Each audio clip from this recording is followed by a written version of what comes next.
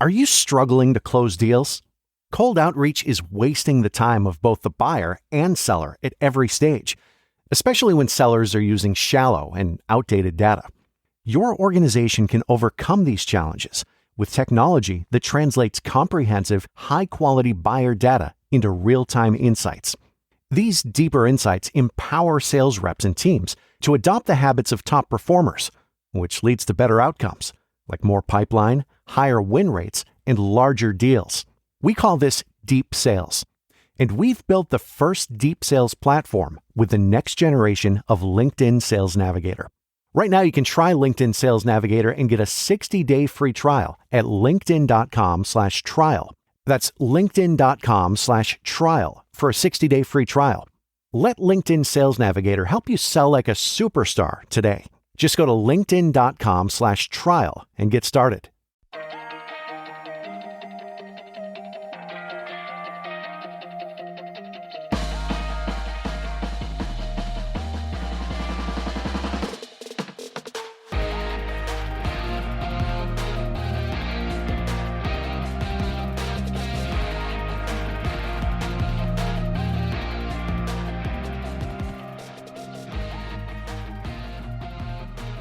Hey guys, and welcome to Criminality, the podcast where we know loving reality TV isn't a crime, even though we are just now finished with Scandival, which has taken over the last 3 months of our lives. Tonight is the final Secrets Revealed episode, and then, wiping my hands of it, we're finished. We're done with it. We have to move on. We have to move on at some point. It's good news, bad news. But speaking of Scandival, to kind of celebrate it being over / we know it's never really over because there's Toms involved. We are doing a little giveaway on Instagram. So if you would like to win a hoodie that says it's always about Tom, go over to our Instagram at Criminality Show and you'll see details there on a post that has a white hoodie on it. You'll see it. All you have to do is leave a review and take a screenshot of it and DM us and you'll be entered to win. So we're going to draw that next week. So when you're hearing this, you can still participate. There you go. That's great. I'm very excited. And Rebekah, I desperately have been waiting to hear about your last week because I want to relive this story vicariously through you. Please tell the people what you did last week. It's so fun to finally have something to say that I did in between talking to you. I'm always like, yep, just another couple weeks. Same here. Okay, bye. But no, this was kind of major. So months and months ago, me and my friend got tickets to see the incomparable Tina Fey and Amy Poehler. They were doing this small 3-city, 3-show, actually I think it's more than 3 shows, but 3-city tour. And it was called the Restless Leg Tour, which is a great name. Love it. And I didn't really get it. Like I was like, I don't know what they're doing, but I don't care. I'll be there. Exactly. And they were odd cities. I want to say Boston, DC, and Atlantic City. Actually, Atlantic City is the only weird city. Yeah, to New Jersey. The other are pretty strong. Those are pretty normal. I guess I was surprised that it wasn't New York because Tina lives there and LA, Amy lives there. But now I have a theory as to why. Okay. So cut to, this was many months ago, and me and my friend just bought the tickets saying we'll figure it out. So then, you know, what happens, as always, is like the event sneaks up on you. We remember it's on a Sunday night. Ooh. What she didn't know when we got the tickets was it would be her son's graduation party that day at her home. Atlantic City is 3 hours from where I live, 2 hours from where she lives. So all of a sudden, we're just like, we'll figure it out. But this is like not the easiest thing to pull off. So anyway, we meet there. She does have a beach house in Ocean City, which is only 30 minutes from Atlantic City. So we made a night of it. We both went down, met at the show, and spent the night. It was at the Hard Rock Arena in Atlantic City. Let's get to the important part. I just had to set some context. Sure. It was electric. It was a celebration of their friendship over 30 years. So it was kind of like a show in 3 parts. It was the 90s, the 2000s, and then now. And it was audiovisual. So they played their, I mean, I don't know how much you want to know because here's my theory. They're workshopping something. This has to be a Netflix special or a special on some streamer. Yeah. This is too good for all of America and a lot of the world not to see. Sure. They are so brilliant and funny and adorable, and their chemistry is electric. It was so good that I don't want to say too much because I feel like we're all going to be watching it on our screens, and I think they're going to add cities, and I think they're going to do a live one. Chicago would make perfect sense because they talk so much about the Groundlings where they met. Yeah. So I could have stayed. It was a 2-hour, like a solid 2-hour show. Whoa. There was a cameo. Do you want to hear who? Yes, absolutely. Rachel Dratch rolled in as Debbie Downer. Like literally on a chair. Oh my gosh. Yep. They reprised Weekend Update and they did current events. I mean, they identified, they so clearly know who their audience is, and they just delivered everything they would want, those people would want. And we just, I mean, it was like a laugh a minute. I love it. It was so good. Now, here's where you're going to say, Rebekah, what are you, a critic? No, but my real assessment of it is that it's like a solid B+, but even I was like, this could be tighter. And there was a Q&A and it was too long and they were reading them. They were pre-written. So it kind of sucked the energy down. So I would shorten that. And this is going to be an A+ show, but it's like they're figuring it out. They each did a 10-minute stand-up set and neither of them have ever done stand-up. They're like, we wanted to challenge ourselves. So we're each going to do 10 minutes alone doing stand-up. Incredible. Whoa. And they ended it. Oh my gosh, that's a long 10 minutes to have never done it. It feels like a very long time to do stand-up. It's a long set. Yeah, it is. But they're like complete pros. And what was really fun was, I think we know they're different and they're different performers, but this like really highlighted Tina's strengths and Amy's strengths. And like you could just see what different performers they are and how well they go together. And can't recommend more. I feel kind of bad that only a few people are seeing it. I do. I wish you could have been there, Melissa. You should have been there, but it will come to more cities. I just can't imagine this will go out quietly. Just people loved it. It was a sold out show. Like it was so good. Okay. We both know it's not coming to Orlando. Like I've let that dream go, but if it's going to New York, I'm flying up there. Yeah. No, if it comes to New York, I will buy probably a handful of tickets because I know people will want them and I know you will come. So it's happening. Well, I was looking at the tickets when I saw that it was out there and I was trying to think like, how can I justify going to one of those when I already had New York on like my travel list for the year? Yeah.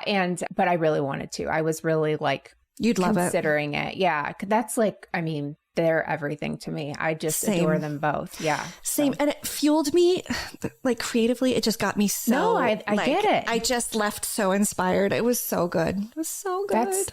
Oh man, I love that so much. Oh, I'm so happy for you. I hate that they didn't let you take pictures. That's my new thing. I've decided they should let us take 2 minutes of pictures in these kind of events and then stop it. People won't keep taking pictures. If you let them get one, then they're not going to try to sneak it in the middle of the show. I don't understand that at all. That's very reasonable. Crazy. And they had a very strict sign. It was like, you will be tossed out. We'll shine a light on you and we will escort you out. Like no second chances. So I was like, I'm not risking it. So that was a big bummer. And you weren't allowed to tweet. I don't know how they governed that. And no heckling, they said. I'm like, who in their world? Like, if you ever. I would take them out. I would too. I would give them the Heather Dubrow special if they even tried it. I give them Rebekah at the Comedy Cellar special. I've learned it. Hold my earrings, Melissa. I know it now. Yes, she's in there. She doesn't come out a lot, but when she does. I got to be a witness and it was beautiful. I enjoyed it so much. Well, Rebekah, I love that you got to go. That was so fun. I loved hearing about it and felt like a part of me went with you. That's what I told myself when I was sad that I wasn't there. Yeah. But would you like to get into this week's story? So my clues were Tampa? Was Tampa one of them or Florida? Oh, I thought it was Florida. No, I think you're probably right with Florida. I might not have wanted to be that specific. Brother? Did I say musician as one of them? No, you said VH1. VH1. Okay, I remember seeing the guitar. The guitar emojis. That's what I went with. But yeah, those were my clues. Well, several of you got it today, right? Yeah, people and someone else had guessed previously. So I only know because our listeners are so keyed in and smart. So I know around and about who it's about, but I can't wait to hear the story because I don't know the story for sure. Okay, well, I want to apologize from the beginning. Okay. I did not remember a lot of this story, and so it's quite strange, and let's just get into it. Okay. So, Rebekah, before Chrisley knew best, there was another, somehow even more winsomeless twit who was also given his own show. And that man was named Terry Gene Bollea, star of the VH1 show Hogan Knows Best. Were you a Hogan head, Rebekah? No, my brother was. I did watch a lot of WWF in the mornings with him growing up. Really? Mm-hmm. Interesting. Okay. Did you watch any of the Hogan Knows Best show? I think I've seen glimpses of, like, I'm picturing his daughter. Like, I think I've seen a little bit here and there, but I don't even know if I've seen a whole episode. And I think most of us would feel the same way. Okay, You've good. maybe seen a few clips, but nobody can really identify an entire episode. It never stuck with us. Thank goodness. So Hogan Knows Best, though, for those of you who haven't seen it, followed the Hogan family for 4 seasons from 2005 to 2007 before eventually creating a spinoff that was somehow even more terrible than the original called Brooke Knows Best. And that followed the life of Hogan's daughter, Brooke. Right. Which we don't hear anything about her now. Like, No. literally, ever. But I'm fine with that. But Rebekah, I'm getting ahead of myself. Think back to 2005. I won't ask you where you were because last time I think you were about 3 years off on your personal timeline to what was actually going on at the time. Yeah, and it involved one of my kids' dates of birth, which was the really alarming part. But I do want to say I fact-checked myself to the point where I can say safely I had a baby that year, 2005.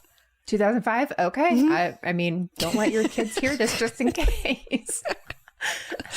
But that year was really a great year for reality TV. Other shows to join the Hogans were Strangelove with Flavor Flav and Brigitte Nielsen. That was unsettling for many reasons. My Fair Brady, which is one of my favorites, with Christopher Knight and Adrian Curry. Did you ever watch that one? I didn't. I know about it, but I never watched it. Truly, that one, I watched every episode, all Great the seasons. title. Yes, it was great. And of course, I Want to Be a Hilton was also out in 2005. And I actually don't remember that one at all. I mean, it's come up on this show, but I don't really have any knowledge outside of the name of it. But today we aren't talking about those pieces of cinema. We're talking about this piece of crap, Hogan Knows Best. And Rebekah, I'm going to give you a little clip to show you just how lovable this family is. And by that, I mean not at all. Brony just asked my daughter on a date. That would be awesome. Dad, do you remember Adam? No, she's not going out with him. Not as long as my name's Hulk Hogan. Some cocky college kid. He's 22 and you're a child. That's against the law. I want to talk to him. Yeah, Brooke's not ready. Have you had like an AIDS test? Yeah. So before we go any further into this award repellent show, let's learn more about the members of the Hogan family. And we are going to really fly through this because I feel no personal attachment to any of these people. Cool. So Terry Bollea was born on August 11th, 1953 in Augusta, Georgia, but he moved to the Tampa Bay area, which tracks when you see the overall look of one Mr. Terry Bollea. Terry, who later becomes Hulk, so I'm really just going to call him Hulk throughout the episode. He was an athlete while he was growing up and even a little bit musically inclined. He also loved watching wrestling and he idolized a wrestler by the name of Superstar Billy Graham. No, not that one. The wrestler. I had to Google it because I'm like, what? Yeah. So his band was named Ruckus, and it actually began to get kind of popular in the Tampa Bay area. And as wrestlers came to Tampa, they quite often went to something called the Wrestling Sportatorium, which is a real word. And sometimes the wrestlers would wrestle there and then go see the bands and would see inevitably his band Ruckus. So there's these two brothers who are impressed with Hulk's size and basically pitched him to this bigger name in wrestling, saying like, hey, this guy could be a good wrestler. He has a big personality. What do you think? And Hulk had always been interested in wrestling. So he started lifting weights in hopes of bulking up so he could get into wrestling. So apparently these brothers heard a no originally, but they didn't stop. And after a year, they go back to see Hulk. And he's hulked up and he's bigger. And so they finally got people on board that needed to be on board to basically like back him to become a wrestler. So they see him and are like, hey, okay, want to be a wrestler? In a week, you have your first match. And he was like, all right, I'll do it. Rebekah, what do you think his first wrestling name was? Oh, go ahead. If you have a question, feel free to jump in. There's a lot of information that doesn't matter. So no wrestling background? Just some training, gym training? Yeah, basically training. I'm sure he watched a lot of wrestling, so I'm sure there was some practice there, but like no real practice before he started. Mm-hmm. Okay, so a name before Hulk Hogan. Yeah. What's his actual given name again? Terry Bollea. Terry Bollea. Mm-hmm.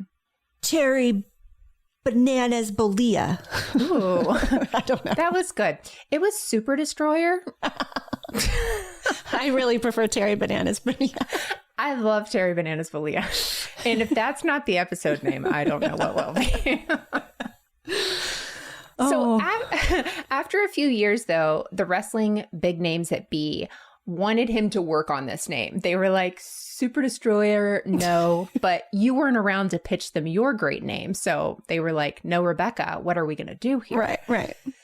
And so they wanted to give him a name that reflected his Irish roots, because at that time, a lot of wrestlers like played into whatever their background was. I'm not going to go into those names, but some of them would be considered rather offensive now. It would be sure. like very culturally inappropriate at this point. Yes. But he had Irish roots, so they decided to have him use the last name Hogan. Apparently that is an Irish last name. I don't know. Didn't fact check that. But Rebekah, do you have any idea how he got the first name Hulk? Well, there's the Incredible Hulk. Okay. Who's a large, green, strong, aggro dude. So maybe from Hulk? Honestly, Rebekah, great job. I mean, No, really. He actually was in an interview for a news station with Lou Ferrigno, who played the Hulk, right? Oh. The two of them were together, and people commented during this interview, hey, you're actually bigger than the Hulk. And so from there, that's literally how he got his name. Okay, I like that. Also offensive to Lou Ferrigno that they're like, you're tiny. This guy's the Hulk. That's true. But that's where his name came from. So in 1983, Hulk is wrestling. He ends up marrying his long distance girlfriend at the time named Linda. And the two go on to have the two kids together, Brooke and Nick. So all four of them are eventually featured on Hogan Knows Diddly Squat, or Best, whichever, whatever you're thinking. And as far as the ins and outs of wrestling, Hulk was really just great at it. He was a natural in terms of flair and the drama and the skill. And there's a bunch more I'm sure I could, discuss about his wrestling career, but why should we do that when there's That's not why we're here. Plenty of crime? Rebekah, speaking of crime, do you want to start with the steroids? Yes, please. Okay, perfect. Because if not, I was going to have to skip around and I don't know where I was going to go next. I always prefer to start with the steroids. Same. When given a choice. So back in the 90s, there's this big pushback on steroid use in sport. Sure. And one of the biggest trials that took place then regarding steroids was the trial of the United States versus Vince McMahon. Do you remember this trial going on? He was like a WWF bigwig. He's Vince McMahon's like the big guy in all of this, right? But at this time, Vince and the Hulk had a fairly acrimonious relationship. So people worried that when this trial, was happening, if Hulk was called in to testify, he would really just like go into Vince and be very, very bad for his case. But on the stand, Hulk actually was very honest about his steroid use, said that he had used it for years to bulk up, but he said Vince never gave him any of these steroids, never supplied him, never knew anything about it. And this was really a huge statement in the case for Hulk to make, and many believe that his testimony was what led to a not guilty verdict for Vince McMahon. Can we move on to my favorite story within this story, Rebekah? Always. Okay, we're going to play a fill in the blank game. Ooh, like a Mad Lib. It's a Mad Lib. Thank you. Originally, I was doing a Mad Lib. Then I was like, no, I'm just going to do fill in the blank. But then I changed it to Mad Lib. So good job. Okay, great. So, Rebekah, I'm going to need you to give me the name of a talk show host. Your favorite, Kelly. How dare you? So Kelly Ripa, everyone's favorite everything. The next one I need is a number between 1 and 999. 67. 60. I thought you were going somewhere else with that. Way to be appropriate. 67. And then I need a name of a beverage. Topo Chico. What is it? Chico?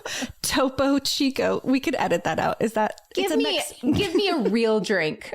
Give me a drink Orlando people know. It's a Mexican sparkling water. My husband loves it.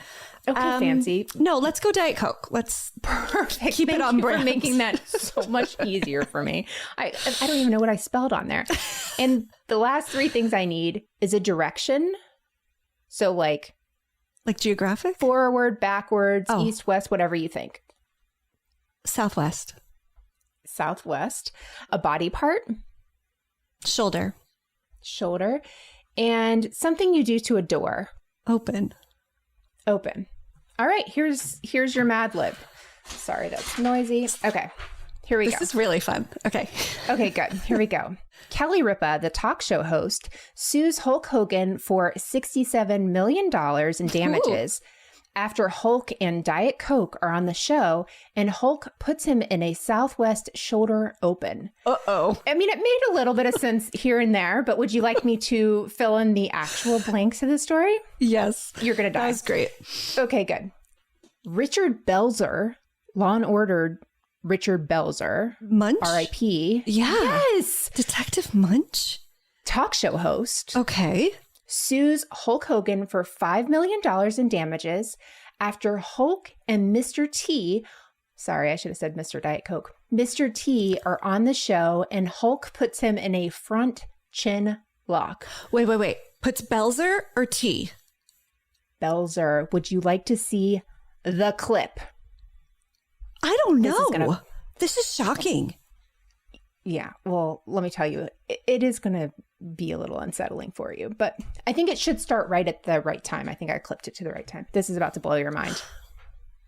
Now, the first thing you need to know about amateur wrestling, Yes. or professional wrestling or submission holds, you just tell me, brother, when you want him to quit squealing, okay? All right. It's called a front chin lock. How about it, T? Keep him like that for a little while. Because he's all right. He's just sleeping. He's sleeping. Really, I was a sleeper hole. He'll be all right. He's waking up now. That was a serious All right, move. A brother? lot of people. See? It works. All right, brother. And now, we'll be right back after this word from you-know-who. You hear this? We'll be right back. Okay, I had no idea when I got up and said we'll be right back. I had no idea where I was. I was in shock, and I know I'm doing this a little bit, maybe going too far. But can we get a close up of these stitches? Because I saw Bill Cosby today, and he thought it was a hoax. And if he thought, can we read that? Can you see that? Can you see those stitches? I'm sorry to do that to you. I'm sorry, but I just wanted to show you. And this is not the first incident between a professional wrestler and a television interviewer. I was not prepared. I mean, I tried to prepare you with a Mad Lib. I did not make that correlation. Belzer came out of nowhere into this whole story, first of all. And now I'm seeing him having violence perpetrated against him. Okay. Is that not just totally wild? When I found out there was a Richard Belzer, like just the fact that I didn't know he had a talk show. Yeah, that's another mystery we need to solve. But that's really scary. I feel so bad. Yeah, it was awful. So the story goes, for those of you not watching the clip, which we do need to show that, but we really should with post a that. trigger warning. Yeah, really, it is graphic. So as an attempt to prove that wrestling is real, and as this promotion to WrestleMania, Mr. T and Hulk go on Richard Belzer's talk show, which was called Hot Properties, which also doesn't really make any sense. Strange. Yeah. So while they're on the show, Richard had asked Hulk, and I don't know if this was well before or when, but basically said, put me in this wrestling move. Put me in a wrestling move. Show me. I don't believe wrestling's real, that sort of thing. So Hulk says no, but I guess Richard keeps asking him and saying, it's fake. So I guess if you don't want to do it, and he decides to actually do it. So before doing this move, though, Hulk told Richard to signal to him when he couldn't take anymore. And I'm assuming that's when Richard's arms flopped in the air, right? Both out to the side, kind of an international sign of surrender, if you ask me. I don't feel like it was secret. It was pretty... Right. It seemed pretty obvious something was wrong, but Hulk wasn't paying attention. He was talking to Mr. T. So he doesn't, I guess, see this signal of the man he's putting in a front chin lock. And he ends up instead passing out and cracking his head open and losing consciousness. You can see Richard pop up, turn around. You see blood on the back of his neck. Oh, right? I You didn't. saw that? No, I did not there's see that. it's on my God. it's on his suit. Oh my gosh. Turns around and says, "We'll be right back after these sponsors," or something crazy. Yeah. But he went right he into didn't even know he host said mode. that. I know, which you see after that, but that's why I could see people thinking it was a little gimmick, like a shtick. Yeah. But he was literally just coming in and out of consciousness. Terrifying. Jumped up and said that. Yeah. Terrible. So super terrifying. So Richard ends up suing Hulk for damages of $5 million. You can hear his head bounce on the ground. Eventually, of course, this is settled out of court. And while we don't know how much Richard Belzer ended up getting, he did end up buying a farmhouse property in France named Chez Hogan. So he probably did quite well. Mm-hmm. I love that ending for Isn't him. That great? Yeah, that's great. Totally. Okay. Any questions on that whole entire thing? Because it was wild. I'm gonna save some questions for the end. Table. Okay. Yeah. So Rebekah, before we get into any more of the lawsuits and crimes related to Hulk Hogan, let's take a quick break, like Richard Belzer said, to hear from this week's sponsors. Have you ever had that moment when you're leaving the house and you wonder, did I lock the door? Or worse yet, you start spiraling and you imagine all the what ifs. I used to feel that way all the time, but it wasn't until a few years ago when I heard about a break-in just a few blocks away that I realized I needed to really step up my home security game. And now I can spiral about the what ifs on things that don't matter, like reality stars, instead of the what ifs of home security. We've had SimpliSafe protecting our house for the last few years now, and it's a total game changer. With SimpliSafe's Fast Protect monitoring, I know within 5 seconds if something's actually up, and the lifeguards can actually speak to intruders to stop them. That's faster than a reality TV star can throw a drink. One of the things I really love the most is you're not locked into some over-the-top 90-day fiancé level contract drama. SimpliSafe is actually affordable as well, less than $1 a day with no hidden fees, so it's easy to love. It's no wonder they've been named Best Home Security Systems by U.S. News and World Report for 5 years running. Whether you want to install it yourself, it really takes less than an hour, or have a professional handle it, SimpliSafe is as easy as flipping channels between Chimp Crazy and The Secret Lives of Mormon Wives. So why wait for the drama to happen? Get SimpliSafe and know your home is covered just like I did. Protect your home with 50% off a new SimpliSafe system, plus a free indoor security camera when you sign up for Fast Protect monitoring. Just visit simplysafe.com/criminality. That's simplysafe.com/criminality. There's no safe like SimpliSafe. Getting the smile and confidence you've been dreaming about, all from the comfort of your home, isn't a total mystery with Bite Clear Aligners. Just don't be surprised if all your friends start asking, "What's your secret?" Begin by ordering your at-home impression kit today for only $14.95. Bite Clear Aligners are doctor-directed and delivered to your door. Treatment costs thousands less than braces, plus they offer flexible financing, accept eligible insurance, and you can pay with your HSA FSA.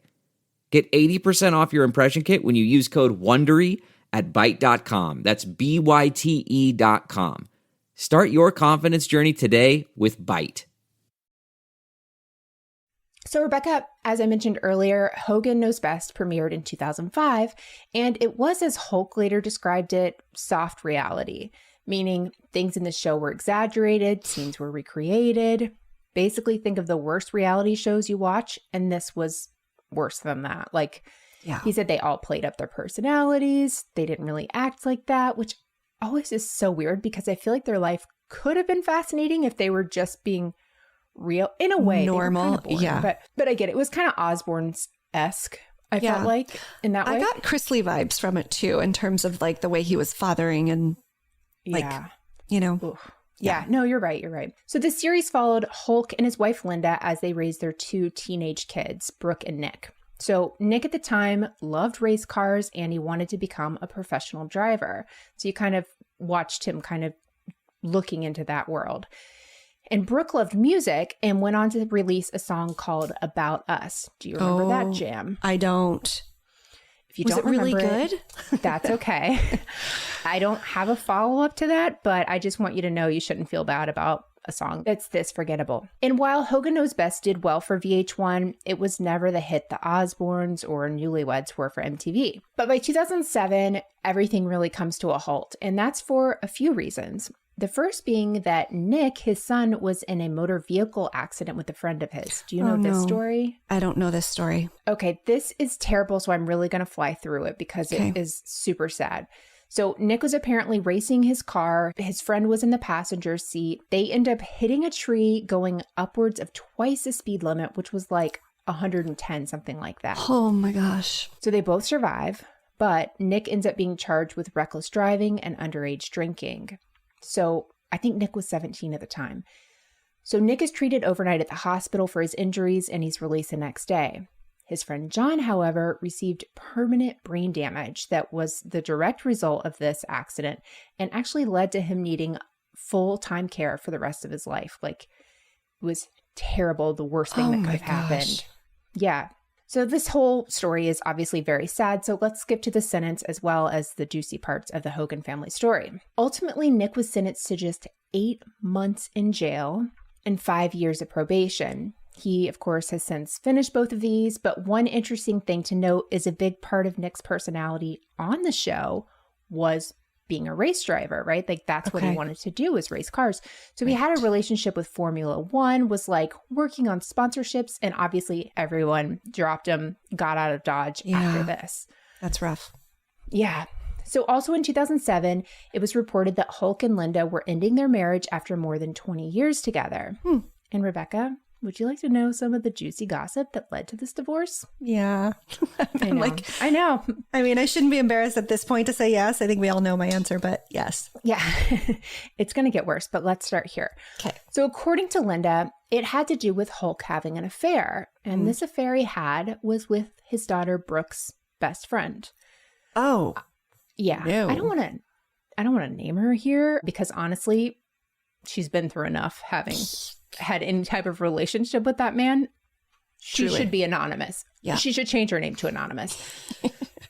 But before you worry too much about her, she was actually 33 years old at the time. It makes me feel better, to be really honest with you. It does. It changes things. But Brooke was 18, which is also a strange thing for like this best friend dynamic that they had. It's odd. Yeah. So for his part, though, Hulk actually denied this affair. He like always denied this affair. But this anonymous woman came forward and like said, yeah, I did it. I ruined my friendship with Brooke.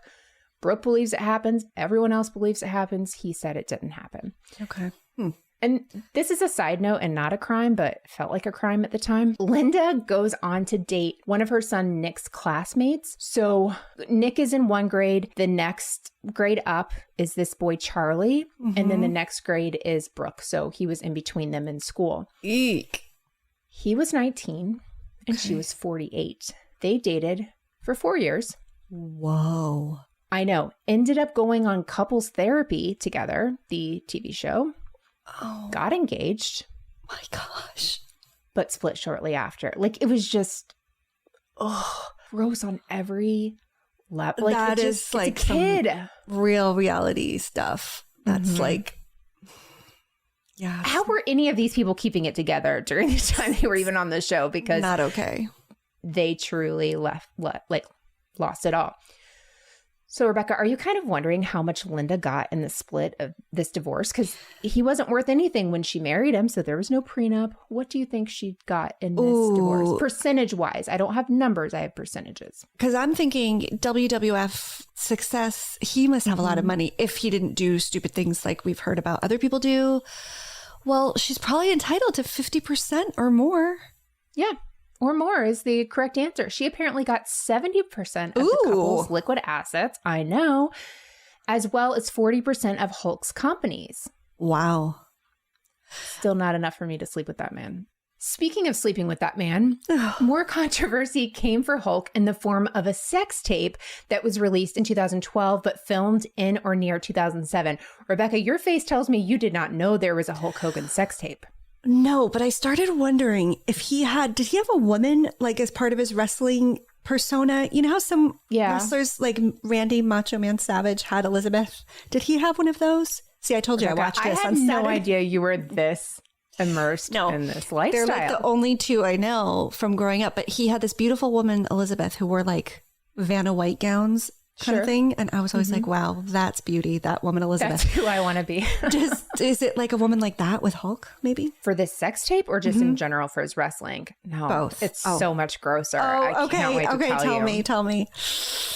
The tape unfortunately featured Hulk and a woman named Heather who was married to Hulk's alleged best friend, a radio DJ named Bubba the Love Sponge. Stop it. This is way worse. So messy. These people are the worst. It just continues to get worse. I cannot wait. And I cannot believe you haven't heard of this because never heard of it. Seared in my brain. So in this video, Hulk's actually talking to his friend, Bubba the Love Sponge, and his friend's wife. And then he and the wife go off to the room and they do things I don't feel comfortable with saying on this podcast. I actually had to Google the words Hulk Hogan sex tape to find this information. Ruh-roh. And let me tell you, my computer has never been the same since then. I'm much more worried about your brain. It's actively trying to just die on me as we speak, as is my brain after seeing this. I'm very worried. Mm-hmm. Oh, it's rough. So back to whatever this is. The reason we actually know about this sex tape is because the website Gawker actually posted video of the sex tape. Oh. So it was actually filmed, this video that ends up being released on 3 separate occasions, with the third of this actually being the most damaging for Hulk. And I'll get back into what exactly that was in a second. Honestly, somehow, I love reading my notes when I haven't read them for like a day. Honestly, somehow Hulk made him banging someone on camera less offensive than what he does on this third tape. Oh, no. It's true. So after this video is released, Hulk is obviously infuriated. And he claimed that the way this video actually got out was that there was a DJ. These names are so ridiculous. A DJ named Mike Cowhead Calta and Matt Spiceboy Lloyd. And these 2 men inside Bubba the Love Sponge's home stole the tape, saw the tape, stole it, and ended up selling it as a way to like one up each other in radio wars. I don't know. The woman, Heather, kept it in her house? That seems... She and the husband watched it several times. This was like a thing of theirs. So this was like... Oh, gotcha. It was common knowledge in their house and someone saw it and took it. Cool. Okay. Yeah. Everyone's on board. Cool. Mm-hmm. Everyone's on Great. board. Yes. Here's another Melissa note after my comment about radio wars. Do I know exactly what that means? No. But after seeing Hulk's hind end, you'll have to excuse me for not looking into this further. But Yeah. Rebekah, You get a pass. I mean, I've had some trauma. But what I can gather is they somehow got their hands on the tape, sold it to Gawker. So not only does Hulk sue Gawker, but he goes on to sue Cox Media, where the radio DJ's shows are hosted, right? So back to Gawker, these tapes were obviously not something Hulk was wanting to get out, but remember what I said about that third tape. Yeah. What actually happens is the National Enquirer releases a transcript of these tapes. And not only did this third tape include Hulk slapping his stomach and saying, quote, "I can't believe I just ate. I feel like a pig," which is seared in my memory forever. I know this From quote. that time? I think of it every day. From that time. Oh, weird. It's the things that stick with me, but it was so disturbing. I don't know. That didn't cross my desk. Like that cultural moment missed me. I don't know why. No. I'm grateful. Your brain saved but I don't know you. why. I know. Well, remember how I told you real quick, how I told you like something triggered this story in my brain? Yes. I was listening to a podcast and Drew Tarver, who's from the other 2 that I love so much. Yeah. He was saying something and he said, "I can't believe I just ate. I feel like a pig." And he was like, "You guys remember that from?" And I was like, "Oh my gosh." And so that's unfortunately how we got here. Unleashed this story. Okay. Well, it's good to have Sorry. something to, point to. Yeah, I guess. So after the intercourse, the 2 begin talking about his kids. So he's talking to Heather, his friend's wife, and he's saying like, Nick isn't doing great, but he doesn't refer to the accident. So that's why people think it was filmed before the accident actually happened, because obviously that would be like a conversation. Like what's going on. But Brooke is really the real issue to him. He says, "I spent $3 million at this point in her singing career." I know, right there, you're like, ooh. That's on you, bro. About us. I heard it. I wasn't going for it. But he said, basically she's just backing her mom in this divorce. So basically what a waste of money that was, is what he was saying. But then he goes on to say the guy she's dating is no good. And he refers to this guy she's dating as the N-word. Yes. And that's why I said this is worse than him actually intercoursing. 100 times worse. This guy's the worst. The worst. And after this conversation, and once Hulk is gone, SpongeBob, who I'm now going to call him, and his wife. He says to his wife, quote, "If we ever did want to retire, all we have to do is use that effing footage of him talking about people." So he knew what Hulk had said was horrific. It's not wrong. Yeah, and now he has this in his back pocket. And so when this transcript came out, Hulk, of course, faced backlash, rightfully so. Sure. And people were calling him a racist. Yeah. So he tries to do one of those non-apology apologies. It was so gross. He goes on Good Morning America. He says, "I'm not racist." You know, he blames his upbringing, really. He says, "I grew up in this rough area in Tampa, and that's how we spoke. I spoke to my friends that way. I greeted my friends with the N-word. Like, that's just what we did." And while I'm not someone who can speak on the effects of racism, there are a few problems with this apology. Mm-hmm. There's a million problems with it. But of course, the problem is, number one, you don't do that. You just don't do it. You don't say it. Yep. And number two, this was not a conversation greeting a friend. Right. He was literally having a conversation about someone and meant to portray them in a derogatory way. Right. So his excuse doesn't even make sense. Like, this is how I greeted my friends. That wasn't the context at all. Yep. Oh, Well so said. Anyway. Well said. Good. Yeah. Thank you. So apparently the WWE felt the same because they severed ties with Hogan. But his fight was just starting. And his fight against Gawker, do you know how long it lasted, Rebekah? 7 years. 5 years. Over 10 years. Oh my 10 gosh. years. And Hulk was suing them for more than $100 million. So a year before this is set to go to trial, Gawker ends up settling with Hulk for $30 million. And Hulk ended up saying, "Great, but now I'm going after Cox Media and these two men who stole the tape." And so one of the men, Matt Lloyd, I don't remember what his nickname was, but I really don't care. Sure he had one. One of the DJs, he admitted to the police that he had stolen the tape from SpongeBob Dumbpants' house. And he shopped it around to several news sites, and Gawker eventually bid. So eventually they settled out of court for an undisclosed amount, of course. But one more interesting thing, we're almost done, about this lawsuit versus Gawker. This was an extremely expensive lawsuit. It took over 10 years to fight. And while Hulk had some money, keep in mind, he gave Linda a lot of money. The majority, yeah. Yeah. And he funded Brooke's $1 million singing career. No one to blame but himself. And also, I forgot to mention, he wasn't great at business, and he wasn't even involved in an MLM.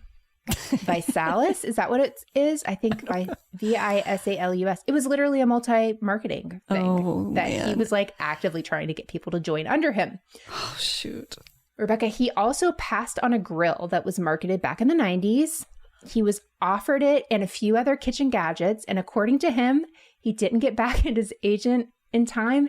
They went with George Foreman. I was just going to say, are you telling me we might have had Hulk Hogan grills? Yes, we might have had Hulk Hogan grills. That's amazing. I am so happy for George Foreman. I already was. Now I'm even happier. Right? Me too. So like, he wasn't great at making these business choices. No. So he didn't have a ton of money. I mean, far more than I'll ever have, but not for a 10-year lawsuit. So back to this lawsuit. It turns out Hulk was actually bankrolled during this fight by a secret benefactor. He didn't even know who this person was that was paying attorney fees and stuff to support him going to trial. So after the case is settled, Peter Thiel, who is the PayPal creator and like a Silicon Valley big shot, comes forward and says, "Yeah, I was the one that paid for Hulk's fight." He paid over $10 million to help him fight Gawker. They had no relationship, by the way. Was it on the principle of this like right to privacy type thing? Like, was that, tell me more. Yeah. So apparently Peter hated Gawker and wanted them to be taken down. I kind of hate Gawker too. But yeah, whatever. They ran a story years before where they actually outed him as being gay with an article titled, "Peter Thiel is totally gay people." They're disgusting. Right? They're disgusting. They are. And according to Peter, between that and other articles he said that were written by Gawker, who really were just trying to hurt people's lives and livelihoods, he decided he wanted to make sure they were going to go out of business. Yeah. And thanks to this Hulk Hogan case that he funded, they did. That's wild. Isn't it? In 2018, they were acquired by Bustle for $1.5 million. Bustle attempts to revive it, and they ran what they called Gawker 2.0. But in February of this year, they shut down again, hopefully this time for good. That's what I have for you, no Rebekah. idea. That is so mind-blowing. Isn't it? Can you imagine like being in this lawsuit that's literally millions of dollars and you're going through it and then you're finding out someone is paying your bills and you have no idea who it is. They're not saying anything. You're just getting that them feels all paid. like a case for the Illuminati. You're like, maybe the Illuminati is real. Not for Hulk. Of all people, the last person in the Illuminati is Hulk. He might think that. I don't know. Rebekah. I don't know. I have more faith in the Illuminati than to think that Hulk Hogan is in the Illuminati. I would hope. But it's a weird situation because the tape and the transcript specifically exposed him for who he is, which is terrible. Which is a terrible person, I mean. But then like the guys that get a hold of it are like, we'll keep this in our back pocket to exploit him. Like they're no better.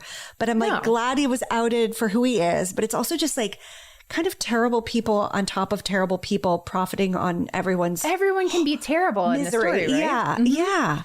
Yeah. But it turns out Peter was also, I read, he was like funding other people's lawsuits against Gawker. So it wasn't just Hulk's, but Hulk's was the one that took him down. Like his was just such a huge lawsuit that it took him down. Mm-hmm. I mean, I guess if there's a hero in the story, it's Peter. Yeah. I don't know enough about him like personally, but yeah, it was just kind of fascinating that he was like, no, I'll spend $10 million. I hate these people. I didn't know any of what you shared tonight. And do you feel better having heard it or a little gross? A little gross, but you would set me up to think like this is going to be, I don't know. I thought this was so interesting. I thought this was like the cultural relevance is quite interesting to me. Yeah. And the fact that it played out for so many years into present time is crazy. Yeah. I do find sex tape stories interesting, not just for the like gossip. I can show you stills. Again, I'm going to pass on the imagery. But they're interesting to hear like when they happen, to whom they happen, and like what happens as a result. Like, because it's never a uniform blanket sort of situation. So I am always kind of curious about it when there's a celebrity involved. So that was weird. And it was wild to me because it wasn't the husband and wife that actually released the tape. It was someone that was literally stole. Like you would think they would be the ones to exploit it, right? It sounded like, no, they wanted that as part of their personal collection. Yeah. So that's what happened. Trust no one in that story. No. I think that's the big takeaway. There's really not a likable person in the story at all. So no winsome. No, not a scale. one. No. 0. He weighs a lot, but he doesn't register on the winsome scale. Yeah. But you did get a lot of things right. Like him being named Hulk because of like Lou Ferrigno. That was crazy. The Hulk? Well, what else would you be named after? I mean, I'll take it. But Lou Ferrigno. Yeah, I think you did good. Do you remember, I don't know if your kid had these, but my kid that was born in the year we talked about earlier, 2005, had these Hulk hands, these giant green hands. You put the little kids' hands. Yeah. And you bang them together and they made a Hulk. They said phrases in the Hulk voice too. So it's so cute. When he was so little, he would bang them together and be like, oh, I'm angry. You won't like me when I'm angry. But he's like this scrawny kid with like curly hair. So cute. And those big green hands. But I just wanted to end with a cute Hulk moment. Oh, thank you. Are you saying the palate? Are you saying Hulk's not tanned booty and weird bald head, bleach blonde hair stills are not cute? To some, they are. I think that's how he got as far as he did. No, Melissa, women liked that stuff. They didn't. Women lie to themselves. Did. We lie to ourselves all the time. No, they like it. Oh, please don't say that. That's back off of the cleansing palette. But Rebekah, that was fun. I'm glad that's over with. I've been really ready to get over with that one for a while. So hope you guys enjoyed it or didn't. I don't even care. If you hated it, I get it. This could be my Scott Stapp part 2. No, it's not. It's not. Okay, good. Okay, Rebekah, I want to know, what have you been watching? What television have you been watching? So much that it was hard to narrow down what to share with you. Okay. And you'll probably be mad that I went with this. So you'll get it right away. I'll tell you why I chose it. Okay. So TLC. Oh, wait. Yeah. Yes. It's confusing because they're now kind of like all in the same thing. Yeah, but it's a confusing clue for another reason, but I'm going to leave it because maybe it'll make it harder, but probably not. TLC Family Prison. TLC Family Prison. But I mean, I'm thinking the TLC doc now because I feel like you said that to confuse me. But it is a doc. I didn't watch it on TLC, but it was about a TLC show, Family Prison. Shiny Happy People. Shiny Happy People on, I think it was Hulu or Amazon. Prime. Yes. Sorry about that. When I wrote it down, I didn't remember that it was on Prime. And I didn't realize till the end of watching it that it was the same director who did Lulu Rich. Oh. Who I interviewed on Dialogue, and I think she's so talented. So same woman. Yeah, so Shiny Happy People is about the Duggars. And you and I have said from day one, we will never do an episode on the Duggars, even though they're like kind of at the center of the reality TV zeitgeist. Yeah. It's just too sad and dark of a story. But I did have to watch the doc. Did you watch it? I did. Yeah, I watched it the day it came out. I thought it was like really well done. It really was. And it was so interesting because I grew up with people like this. Like, we called them bus families because they would literally have so many kids and in the homeschool world and all that. And so not to this extreme, but I knew families like this. And the whole story was so disturbing. And like, hearing them talk about the things they talked about on the show in 2023, you can see where it's like abusive behavior that I don't think I caught when I didn't really watch it because to me it was too close to stuff I knew. Right. But like even the mom talking about like, you have a buddy and that's who you take care of. And you're like a 10-year-old watching a baby, like that's your entire responsibility. It's wild. Yeah. That you have so many babies that after you're done breastfeeding, they like just aren't your responsibility anymore because you have so many other kids that can take care of them is so weird and loaded. It was so good because it obviously went into all of the oldest son's crimes and just how horrific that all was. But more so went into this like other larger story about this like sect of fundamentalism they were all a part of. And I didn't know any of that. That leader who had a lawsuit brought against him. I'm forgetting his name. Charles Goffard, maybe? Yeah. Something like that. Yeah. That was so fascinating and horrible to hear about, but helpful to kind of give the Duggars a little more context, not to give them more like leeway, but to understand what they were being fed. But yeah, just truly disturbing and happy to see, you know, some of the daughters on the other side of it. So, you know, articulate but just so painful. And the fact that they worked as adults for free on that show and on their spinoffs was shocking. I mean, the parents just took all the money. I don't understand when they had to do this, when they moved to the spinoff. So it's one thing for them to have turned 18 when they were all on the 18 Kids and Counting. Like, I could see how that could have fallen through the cracks. Although, how are they not like looking at, like, how is there not like a trust an alarm set in their fund? Yes. I'm sorry, alarm set on their phones to be like, this person turns 18 today. We need to change, you know, 100%. How they're being paid. Yeah. But for their spinoff, when 7 it's just years about them and they're not getting anything. A dime. So that just shows also like the power and the gravity of the naivete they had. Like the bubble they were in was so big that they're like, well, my parents said do this, so I'm doing it from ages 18 to 26. Like, what? Yeah. So it was very, very disturbing. Like you said, my daughter and I watched it, but very well done too. So agree. And it was like the right amount of episodes. Like it didn't go on. Right. And on. It didn't. It was, exactly. It was really, really good. So if you're up for that, but big time trigger warning, it's super rough. Yeah. I will say they didn't go into Josh's stuff so much. Less than I expected. Which I was surprised. I appreciated the bigger story that it wasn't just this like deep dive into him because like I agree. That's too gross. It is. I wish they would have focused a little more on his wife and kind of how she grew up for us to really understand like, well, they did talk about it really where they would say like, what was the thing about suffering is what makes you closer to God. So like the way she sees things is this is her being closer to God. So you can't leave because this is what suffering is and you have to stay. It's very Sister Wives in that way, I felt like. But yeah, it was fascinating. Dark, but very, very, very well done. So if you can handle some of that, you should definitely check it out. I thought they did a good job. Yeah. Okay. What'd you watch? Okay. You're going to know this one. I believe in you. Bravo. Okay. A season that isn't spring, winter, or fall. Okay. Oh, okay. Okay. Summer House. Which one? Yes. What's your third clue? I wrote a word, but I don't know. It looks Martha's like it's Vineyard? a veto. Martha's Vineyard. Okay. Yes. Let's talk about it. Let's talk about it. So Summer House, Martha's Vineyard. I watched the first episode when it came out, but I didn't make it through the whole thing. I was like, there's just so many people that I was having a hard time kind of following. They're all new. Yeah. Everybody's new. But I finished it and then moved on to the second episode. And it's so good, Rebekah. It's so funny. It's perfect. Like early Summer House is such great TV. Right. It's messy and it's fun and nobody takes it too seriously that they're on the show. And that's what this feels like. Yeah.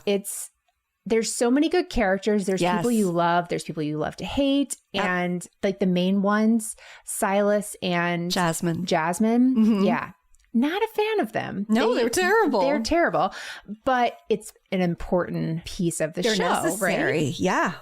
Totally. Yeah. They have you made it through more than have you watched a few episodes? Okay. So I'm not current, but I'm okay. But I've either. seen 3, maybe 4. So you've seen when they literally voted people out of the house. Like weeks in a row. Out of nowhere. Like 2 people gone.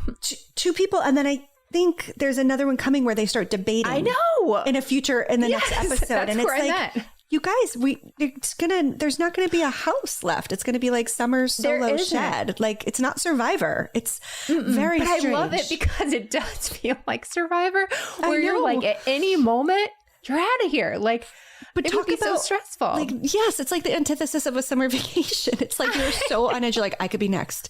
It's so weird. And it kind of makes sense, the things that they're choosing, but it also kind of really doesn't. Right. Like the second guy, it made sense because he came in and was like a nuisance. I can't stand that guy. Yeah. He was disrespectful. He came in and like just led with the wrong energy and he was disgusting. Yeah. Like made really rude choices. Sure.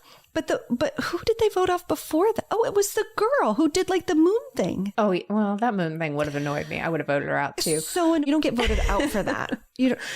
She got voted out over something. I don't want to give anything away. Yeah, you have to watch it. You're right. No. But it's like it's debatable. Really like if you brought that to a jury, I think you would have had like a split jury. Yeah, I felt like that could have. She could have gotten a second conversation. Chance. Yes. Yeah. Yes. But the guy coming in hot is no, he was out of there. That was fine. That was fine. Yeah, because he was only going to get worse.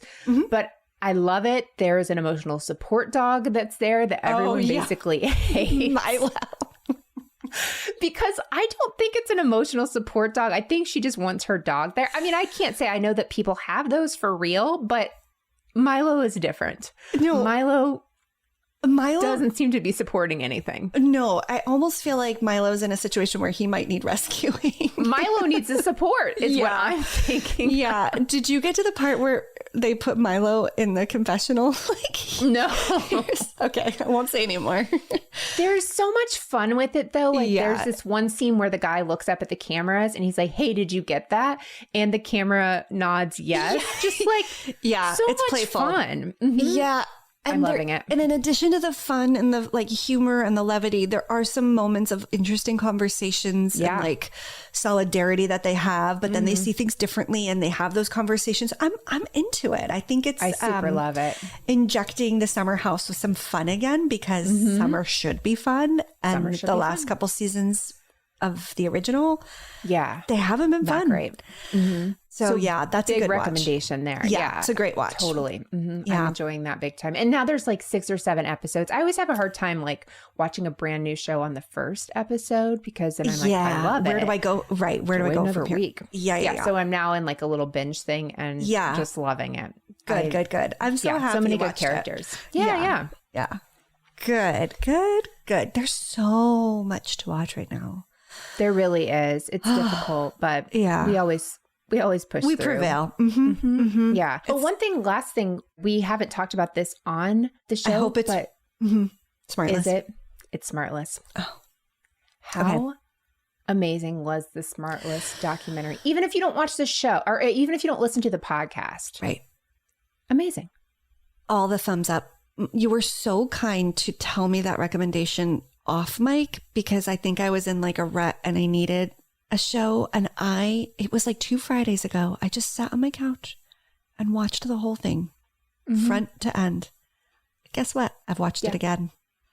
It's so great though, Rebekah. So it's Jason Bateman, Will Arnett, Sean Hayes.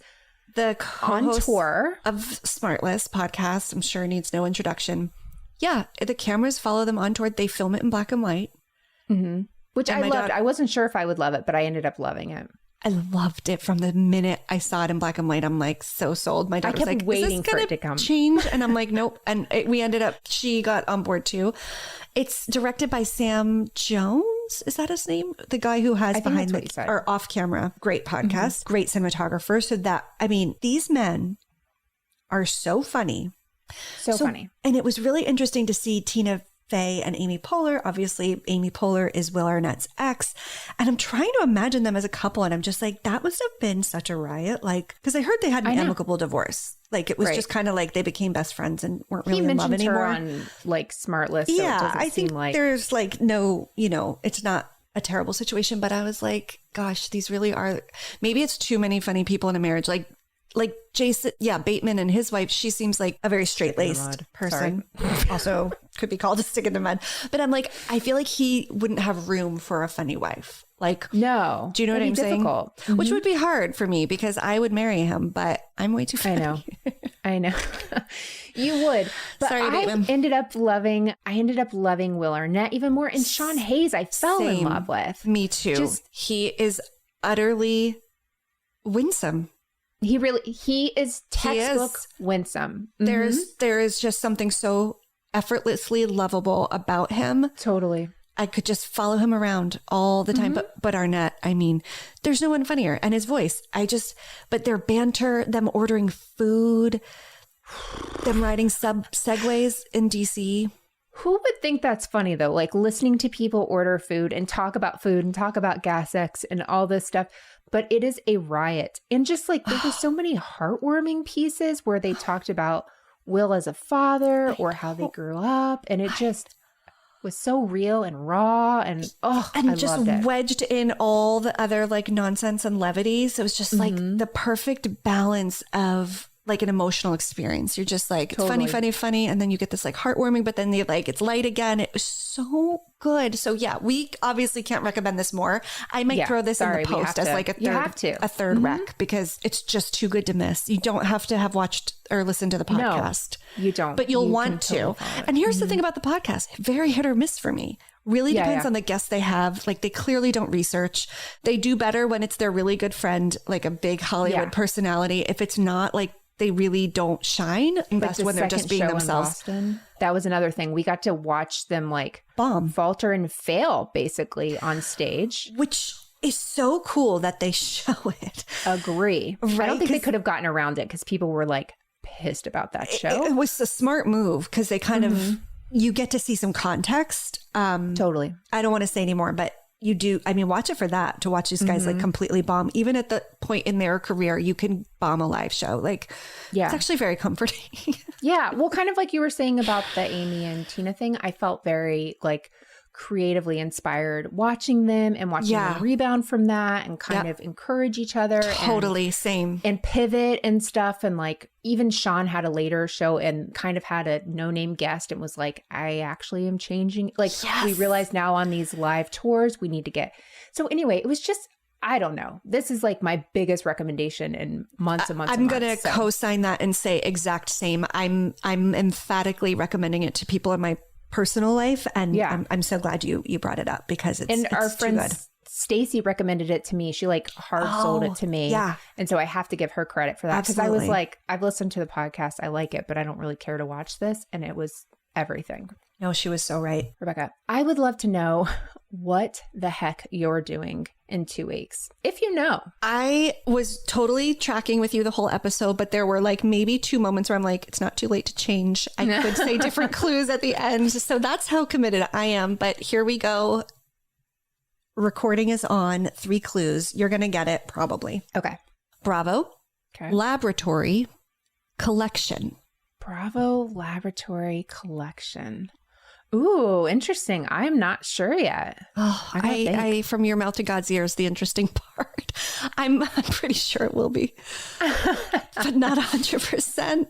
Oh man, I get so like hung up on one clue and then something will spark. Yeah, you'll like, get it I tomorrow. just ate I feel like a fat pig, that kind of thing. It'll come to me later. This episode has been on my long list for a while, and I kind of have that feeling where I'm like, you know what, I just need to do it and put it out there so I can move on from it. But there's a reason I wanted to do it. I mean, it's a pretty interesting, unique story that, you know, isn't like anyone's we've done. So it'll be fun. Oh, I'm excited. It'll be fun. Intrigued. Perfect. Yeah. Well, Rebekah, Great. We should do this again in 2 weeks. In the meantime, you can follow us, let's be honest, on Instagram. Instagram seems to be where we go. We are. It's the only language I speak anymore on social media. I'm too old. I can't learn new languages, and they all are a different language. So you're very good at Twitter. I mean, follow us on Twitter, and when Melissa feels like tweeting, you won't be sorry. She's really good. That's the thing. It's only if things are really going on am I going to get involved. Yeah, Otherwise, yeah. I'm like, it's like tweeting to the abyss, and then you see how many views it has, and nobody likes it. And you're like, it's just, guys, just you know what? please like it. Yeah, and the contest for the hoodie is still happening. So if you do follow us on Instagram, you'll see it there. If you do like the show, leave a review, send us a screenshot of it. We're going to do the drawing on, I want to say June 21st, summer solstice. Who doesn't need a white hoodie for summer solstice? It is a size small because we had an extra one of that. It's brand new. We over ordered, and it is pre-shrunk, and it's a nice fit. It's relaxed, I would say. Wow. Okay. Well, great. I'm sold. I don't wear a small, but if I did, I would leave us a review. Yeah. And you don't have to just leave one for winning a hoodie. You can just leave one because you love the show. We'd appreciate that. And thank you as always for listening. Melissa, thanks for a great story. Nailed it. And you can hear Melissa every Tuesday. If you liked that, you will love Moms and Mysteries on Tuesdays with Melissa and her co-host Mandy. Yes. And you can find Rebekah at RebekahSebastian.com. She's always working on really cool things. So she'll update over there as they come out. Yep. And otherwise, come back in 2 weeks for a brand new episode featuring Rebekah. And I'm on there, but like you're leading that one. Yep. Laboratory. I'll be wearing my white coat. Ugh, I can't figure it out. All right. Well, I got to get off so I can send you this screenshot of Terry Bollea's. Don't you dare. Don't you dare. Have a great week, everyone. Goodbye forever. Bye.